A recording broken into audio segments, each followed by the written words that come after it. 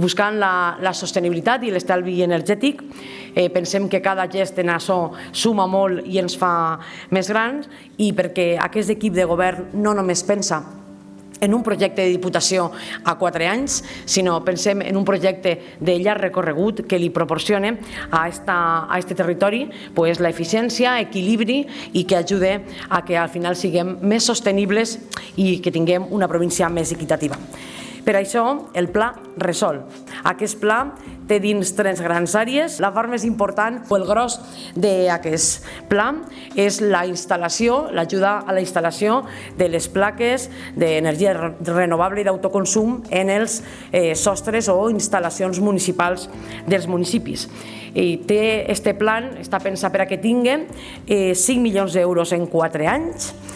i en el pròxim curs, en el pròxim any, el 2024, s'invertiran exactament 947.000 euros en un total de 161 instal·lacions en 57 municipis que s'han adherit de menys de 1.000 habitants. Un segon punt d'aquest pla del Resol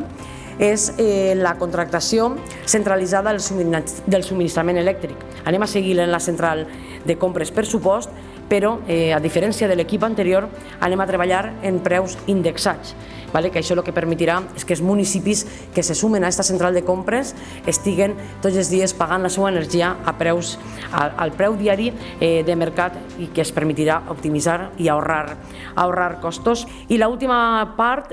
no menys important, del programa Resol és el servei d'enllumenat públic municipal. En això s'integra la telegestió de l'Smart Village, que permetís aquesta gestió eficient de l'enllumenat públic en els municipis, i el que fa és